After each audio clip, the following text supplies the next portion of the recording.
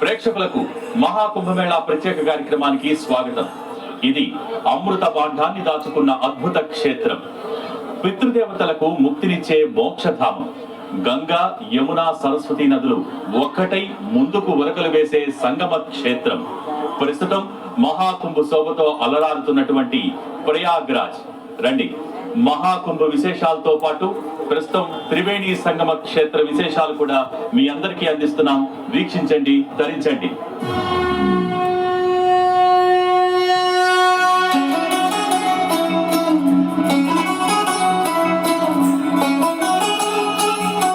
గంగా, యమున, సరస్వతి సంగమించే త్రివేణి సంగమం ఇది.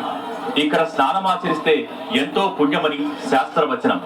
కాశీలో గంగలో చేసిన స్నానం కంటే ఈ త్రివేణి సంగమంలో స్నానం చేస్తే మరింత పుణ్యప్రదమని పండితులు చెబుతూ ఉంటారు.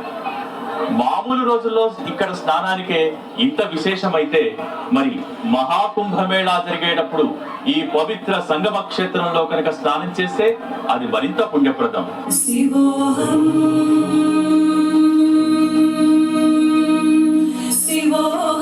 మన భారతావని వేదభూమి.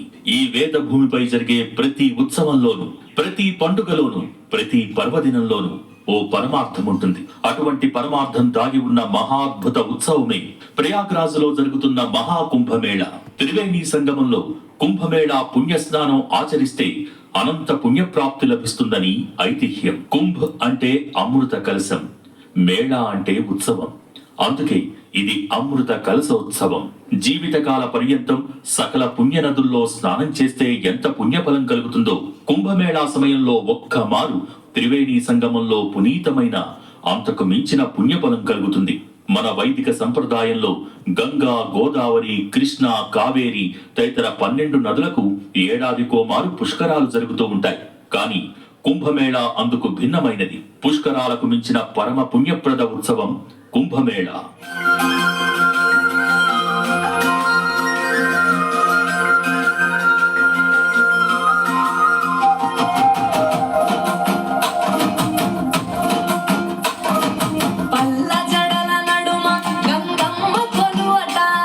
కుంభమేళా ఉత్సవం జరగటం వెనుక ఓ ఆసక్తికర కథ కాను.